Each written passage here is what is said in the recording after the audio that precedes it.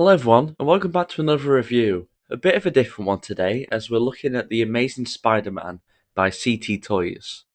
If you didn't know who CT Toys are, they are a AliExpress shop, and pretty much all they do is just kind of re-release Mafex figures but in their own packaging, so people can get them for a lot cheaper, because if you collect imports, you'll know that a lot of Mafex figures are around £100, $100.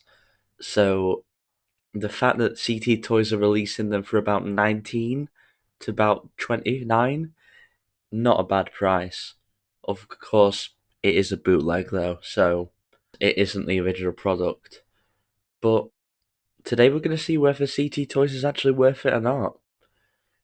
As you can see, this one is the Amazing Spider-Man based off the comics. I love the box art, it looks really cool, especially with like the kind of like comic number and the 6 inch and the CT in the top left. But of course, it is based off of the Mafex one, so technically, I guess I could give that win to Mafex too. One thing that is a bit annoying, my box did get damaged on the way here, but that's pretty normal for most AliExpress boxes, I'm not gonna lie. Thankfully, I don't keep my boxes, even for figures like this that have a lot of accessories. They're all just gonna go in the accessory bin. But yeah, without further ado, let's get into looking at the figure. Taking a look at Spidey just in a regular pose on the turntable, he's looking pretty good. I don't know which specific comic version of Spidey this is, but it looks like my mind's eye version of Spidey from the comics. The web design looks great, and I love how not only is it painted on, it's also molded in. Thank God, because I know a lot of the painted on ones do just look a little bit shit. And you can tell just from the way that like the sculpt looks, he's gonna get a lot of articulation. There's butterfly joints look like they get a lot of range. The thighs, the legs, the arms, even the torso crunch. But yeah, without further ado, let's get into the articulation. Moving on to Spidey's articulation, he has a ball joint at the head and neck, which means he's going to get a lot of range, and it can be easily swappable with the alternate head, which is nice. His arms, he has really big range for his butterfly joints, which is nice. And of course, he has got some bicep swivel as well, which means he can get into it some more of the poses. And his arm articulation gets way over 90, which is nice. Of course, he has just got a kind of up and down at the wrist, and of course, you can turn the hand around, which completely the same on the other side as well. You're getting lots of range with this guy, which is nice. Which, you need a lot of range of a Spidey figure. Speaking of a lot of range, that ab crunch is insane. Some of the most I've seen on a figure. It's going to be really good for web swinging poses. Moving on to his thigh swivel, it's pretty good. I have seen better on Mafex, but it's good enough and it's good for Spidey.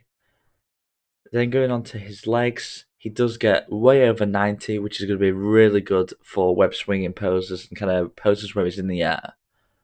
And then finally at his feet, he has got a toe hinge, which is nice, for like the kind of web crawling poses. And his feet do kind of go up and down on the ankle rocker as well. Moving on to accessories, the first one is Spidey's head sculpt. This one's kind of cool because it is kind of like an angry head, so it'd be good for like kind of beating up villains if you have him in like a fighting pose.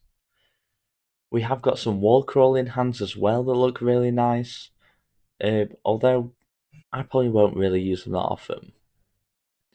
Some web gripping hands also could be doubled up as a kind of thumbs up. Of course, we have also got some wall crawling hands but with magnets in. Unfortunately, I have tried these and they just don't work on my copy, which is a shame. And of course, fists. Every Spider-Man figure needs fists.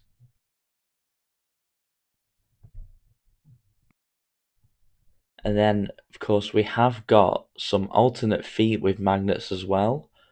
And just like the hands on my copy, they don't work, which is a shame. And then we have some whipping hands. which of course you need flipping hands with every Spider-Man. Moving on to his webs, we have two of these kind of like shorter webs that can kind of go around his wrist and make it look like he's shooting them out. And then we have got two of the longer ones, which are a little bit more fiddly. I do prefer the shorter ones, but I'm glad they are included. It kind of gives a bit of variety. There is this kind of web that's kind of like supposed to be like stuck to the ceiling. It's kind of like hanging off, which is nice. Not sure why there's kind of like a hole in the bottom though. And then we have a kind of like right angle web, which I guess could be used for web swinging. It's okay. I don't think I'd ever use it though, to be honest. And then finally, we have got a base, which, it is modular. You can put it in any four of these spots, and it's pretty well articulated and has a kind of waist grabber at the top. Pretty standard for what would come with a Mafex figure.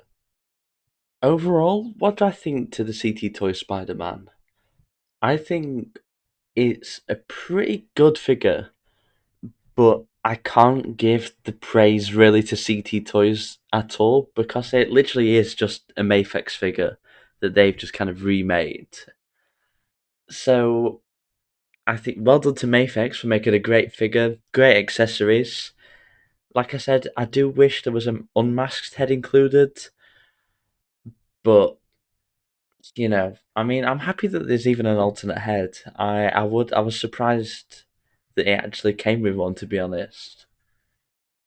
But yeah, articulation, amazing. He gets so much range. The poses he can get with this guy are insane.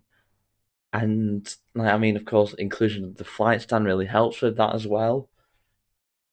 The only thing I can really praise CT Toys for is for releasing it and then making it cheaper. So well done for that. But I think just a majority of the praise just has to go to Mafex because they have genuinely made a beautiful figure here. One thing I have noticed is it does like most imports, it does feel a little bit brittle, but it might just be the way that CT Toys have done it.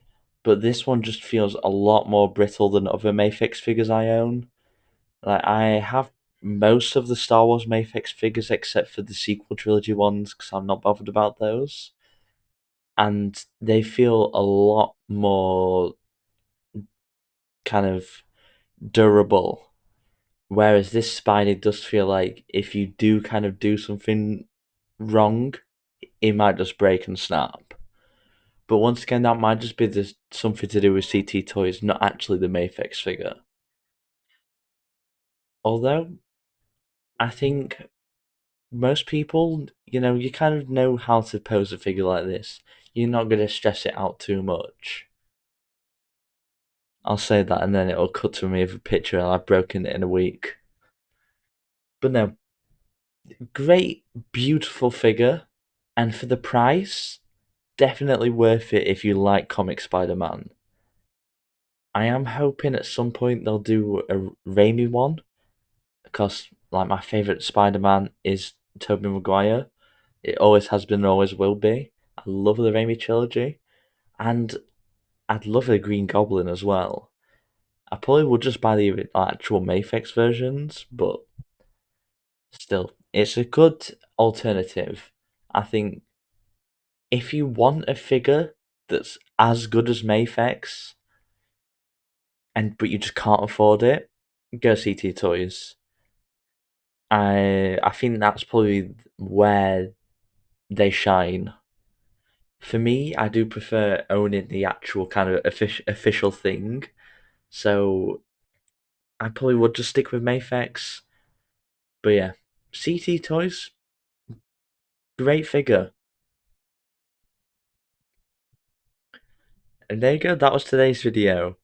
Make sure to like and subscribe for more reviews, and I shall see you in the next one. Goodbye.